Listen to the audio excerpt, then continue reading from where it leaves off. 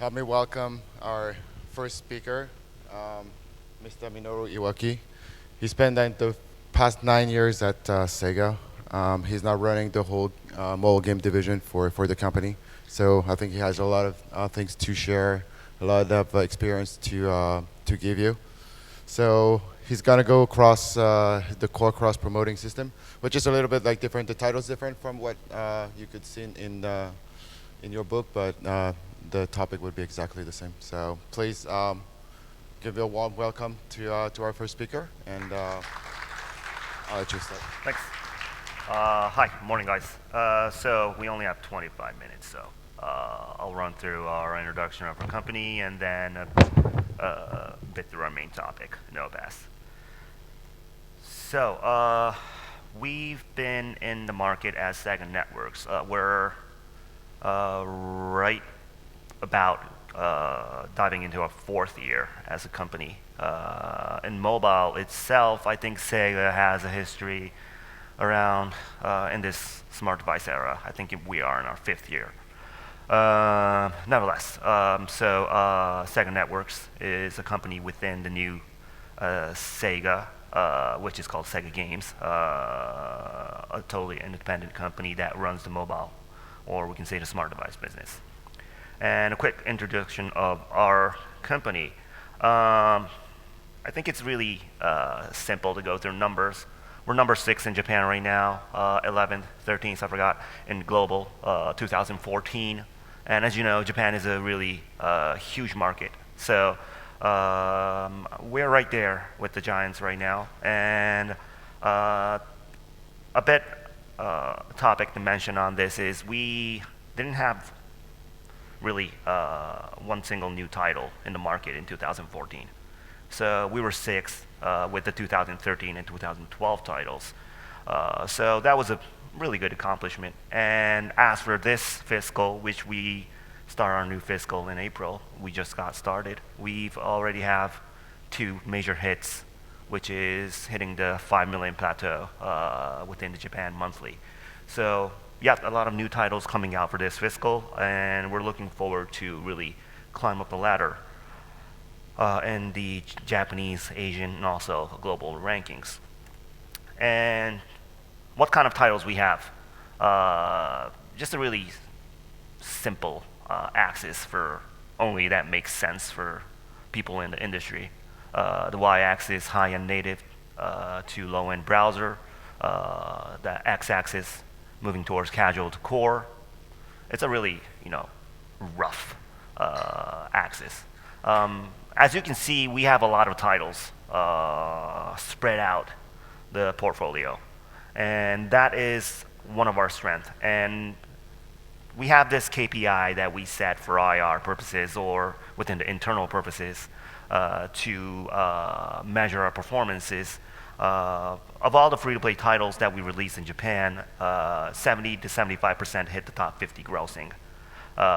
So we see ourselves that as an entity that really understands free-to-play well. And going to the next slide, at the same time, we have variety of genres. We're not really dependent on the IPs that Sega has built in the past. We're in our 59th year, I think. We're not really dependent. As you can see on the right-hand side, a top 3, Chain Chronicle, and the 2 titles, Monster Gear and Hortensia Saga, that came out this fiscal. These are whole new original IPs that have really done well in the market. And at the same time, we have over 3,000 employees that are dedicated in development, and times 58 years. I don't think we find too many companies that have done that sustainably within the industry. So I think that's another strength of ours. And also, Sega Networks is right now, excluding the dev team, the business team is about 70% roughly, ballpark, consisted from employees that came from outside of Sega. That's a major difference. So we have 25, 30 functions, for instance, live operations, for instance, performance marketing, for instance, macro statistic poll research, stuff like that. We've been able to get professionals from each area to work on the topics that we have to face in the industry, and also the priority of it all, bring in the knowledge of free-to-playing, making free-to-play in every genre. Uh, that comes out from the 15 to 20 studios that we have across Japan and globally. So we've tried to monetize everything outside of card collection, and also using, of course, the good part of the card collection business models. So that's us. And studio-wise, we have 15, 20 in Japan, and we also have partners, affiliates, of course, and also the companies that have capital relationship with us in a major manner, minority manner. 5 of them in the Western market, and unfortunately for Asia, we can't disclose right now, but it is TBA. We're moving really rapidly into the market. We strongly believe that this market is too late to get into after it gets big. You have to be first movers in these kind of markets, and as we experience the mobile phone overrunning landlines faster than the so-called markets that are developed already. It was much faster for emerging markets to pass by. So I think we're pretty sure that'll happen in the mobile gaming area as well. And we're looking forward to having a lot of really, really good partners in the market. And now that's us. I've used about 10 minutes, so I have 10 minutes left to talk about NoBest. When we think about the market or this industry, I think there's 2 really simple variables that we can divide into aspects of the market to success. One, of course, development resources ability, so-called development ability. It's a number of pipelines you have that multiplies with the hit rate and multiplies with the number of genres, or multiplies with the number of pipelines that have been duplicated or culturalized whatsoever into each regions, and the speed to do that. It all adds up to development resources, development ability. And the other half is marketing distribution. We have entered the digital era, and it's been a whole chunk of time.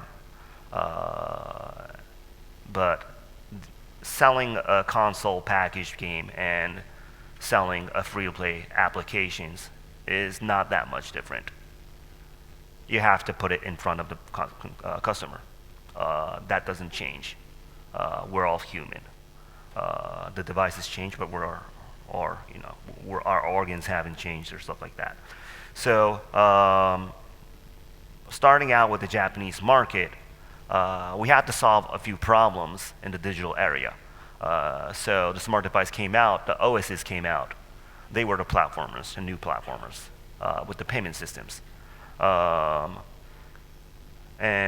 about 3.5 years ago, we had to solve the distribution problem that wouldn't be available in the smart device area, such as were available in the feature phone era in Japan, mainly by Mobage and Greek. So what we thought was, let's make an open platform, an ecosystem that is free to everybody, open to whoever wants to enter, but at the same time open to connecting your user base with others, and also, of course, effective. I'll get back to that in a second. So free, open, and effective. It's the same thing with other industries. You can't build Wikipedia alone. You can't build, a lot of stuff. And when we entered the IT industry, uh, for an analogy, it's said that when you gather real humans and try to build something, for example, pyramids, launching a space shuttle, the maximum number is right about the same, 100K people. That's the most you can conduct in real life. But when you enter the IT industry, let's say this is just from TED, but like 4 years ago, but when you pick up things like Wikipedia or reCAPTCHA, those kind of stuff, I think 710, or billion people go there and edit that every day. That's the difference about IT industry and the real industry. So why not do that in the gaming industry as well? We touch this device 400 times, 450 times a day. Of course we do messengers. Of course we do look at news, but the time spent, the money spent on games is huge. So if you multiply that, you can say that gaming is the traffic source, the biggest traffic source for the industry. So what we did was we created this open ecosystem, one SDK that enables free CPI exchange and CPC exchange in the market. As you guys already know, in the industry, 50-60% users quit on day 2. Why not Uberize that?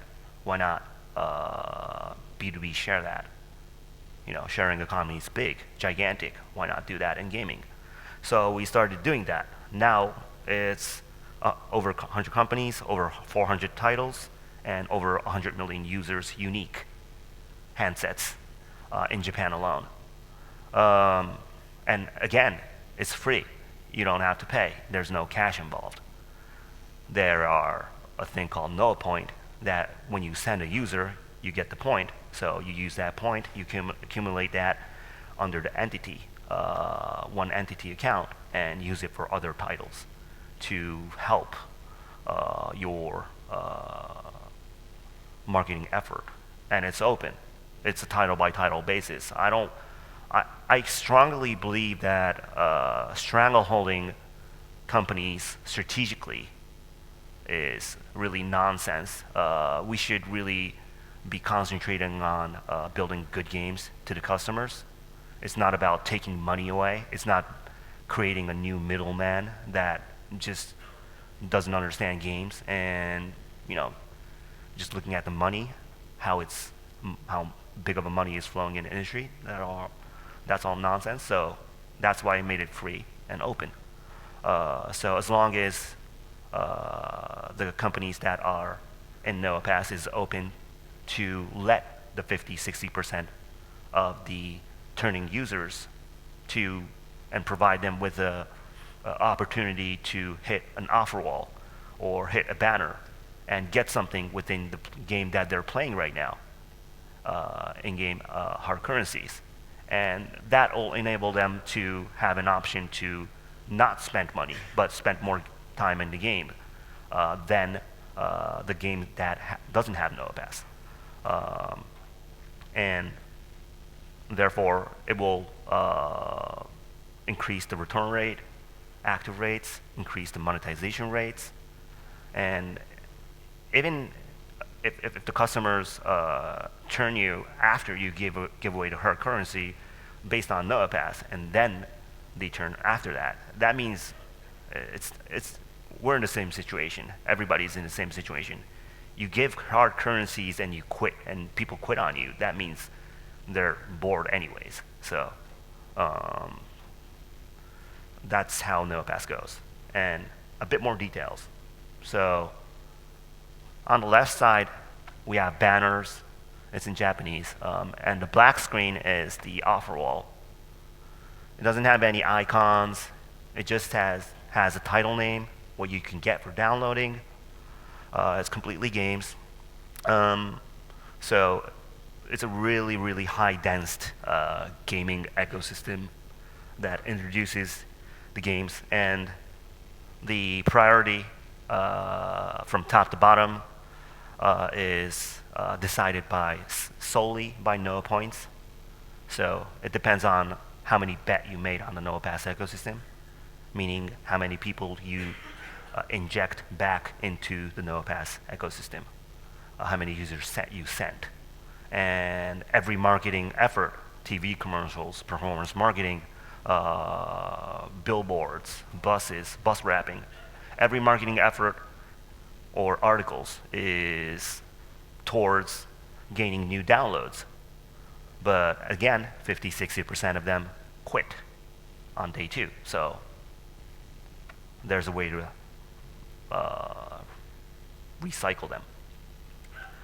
And as I mentioned, gaming traffic is huge. Third, second in usage rate.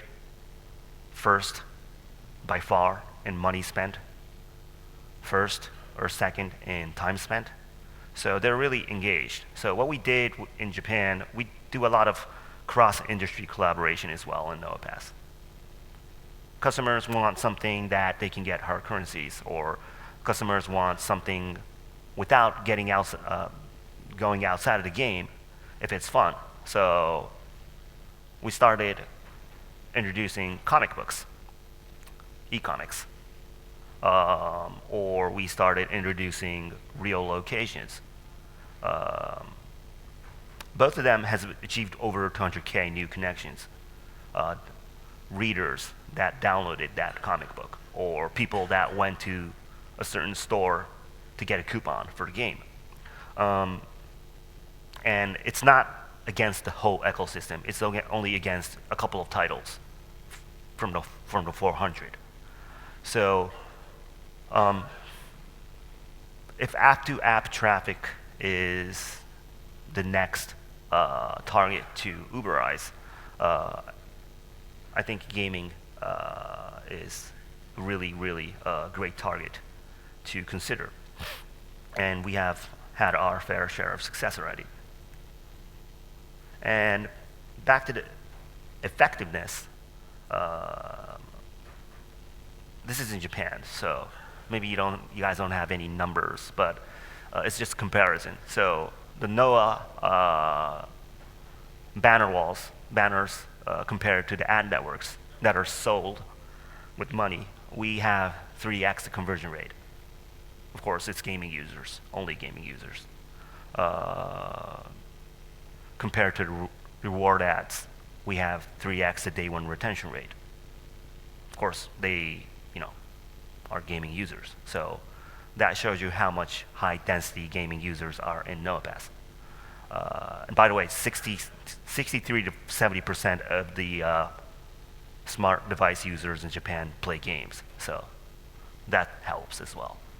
And the ROI per LTV, when you compare reward ads as one, NOAA Pass goes from 8 to 32x. It depends on the title, of course. NOAA Pass does not assure you success if your game is not well monetizing, if it's not creating demand within the game, if it's not well designed as a free-to-play title. The most titles that garner NOAA points is, of course, the ones that are in the top of the gross rankings, and also adding to that, the titles that have more DAUs, of course. That creates more demand, so that creates more NOAA points, and that creates more traffic for you. So one of our titles, Chain Chronicle, once reached 32x in a number compared to reward ads. So you can go back to our IR page or something. We've released that in May for Sega Sammy Holdings. If you compare marketing costs to other companies in the industry, and we have a far more number of titles. I think we've only used 1/3, 1/4 of the marketing costs in the Japanese market, and at the same time, we're number 4 in total downloads in Japan. So that kind of says a lot, and this enables developers to concentrate their capital more on development. This enables more resources as a certain talent on development rather than marketing. So we really think this is has been a great game changer in the market, and we plan to bring it out overseas in a short-term goal. And other stuff. We like to support game developers within the NOAA ecosystem in various ways. We have some announcements in June to make, but I can't talk about that right now. So one of the challenges or services we're providing is a simple questionnaire, 30 questions for users via the NOAA SDK within the title. You can divide users into 7 game user types, x 9 lifestyle users right now in Japan. So you can simply segment your user base into 63 segments. It's not about paying or non-paying. You know that already. But what if you could know the user is have the tendency to get bored faster, or the tendency to dislike competition, the tendency to really covet the experience of accumulating assets without getting disturbed, stuff like that. Or are they teenagers? What kind of teenagers are they? Do they conduct their own parties, or do they just attend them? Or do they just stay in home? Are they otakus? Stuff like that. And this accumulates back to our white paper, which divides the home market into 63 segments. So we have a common language right now that you can compare with other titles or the market itself. To become a mass title, what percentages of the 7 game user types do you need to prioritize? That kind of determines the genre that you have to develop, stuff like that. So we created this thing called a dashboard. It's going to go live. It's in closed beta right now, within a couple of months, to provide something other than managing no pass points for each entity. And this will create other opportunities for marketing companies to access the 100 companies. You can use these categories, or you can sell what you're selling right now. But the cool thing is you don't have to shoot a bunch of emails. You can just access via dashboard, even O2Os, stuff like that. So creating another liaison, so to speak, for gaming industries will be another interesting challenge for us right now. This will be revealed in details more within the coming month. So yeah, I think it's going to be on our IR page within a couple of months again. So yeah, this is another thing we're trying out. So ecosystem, free, open, effective, made by the gaming company that prioritizes development more so than any other company, to utilize all the capitals as much as possible on development. That's NOPAS. So I'll be around, I guess. So if you guys have any questions to ask, I'll be happy to answer. Thank you for your time. I think it's just about 25 minutes. Thank you very much. We'll take a little bit of time. I know that a lot of people are just joining right now, so like the room is filling up, but I think we have time for 1 or 2 questions. Any questions? Yeah.